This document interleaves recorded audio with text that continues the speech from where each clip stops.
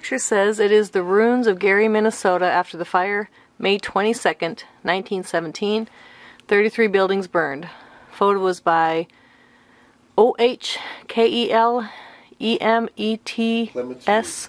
Clemetsrud. Got it. Let me just get a video here.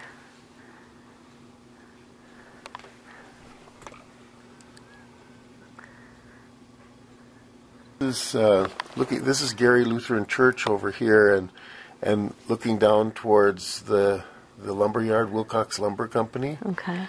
And then looking this way to the Gustav Eeg House, which is owned by Karie Heisler and Joe Heisler right now. Okay.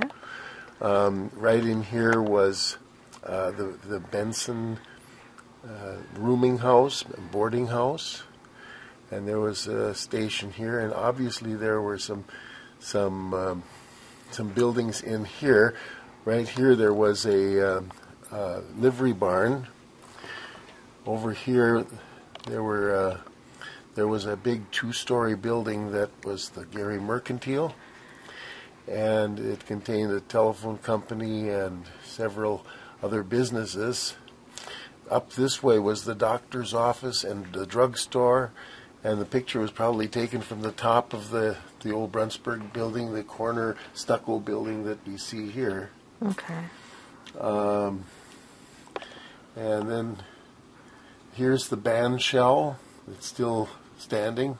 The two brick buildings that were along this street, everything else that was wooden burnt, was the Farmer State Bank, and this was the first state bank of Gary. Okay. That became the old post office.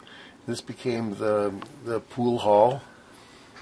Oh yeah. Here's the old Gary fire hall and the graphic building right there. And part of the creamery, I think, right here.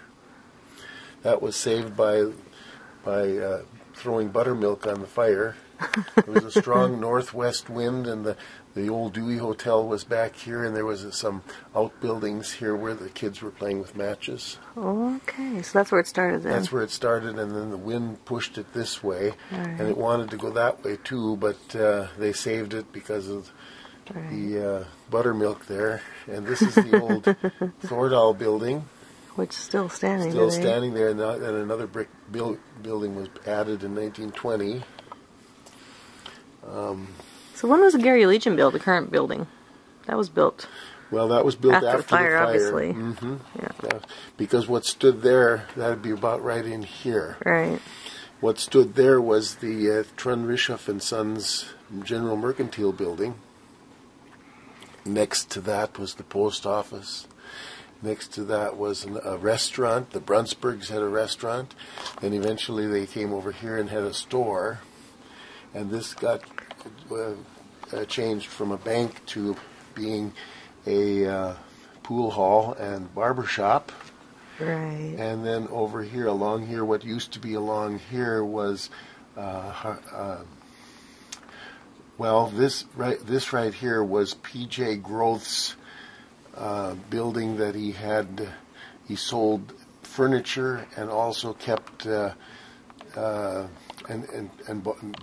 you could buy a casket there. And people that died during the winter would be stored over here. So that was kind of where that was. Interesting. Okay. Awesome. And I think there were at one time there were five granaries. Yeah, elevators in town. We see Thorpe elevator here.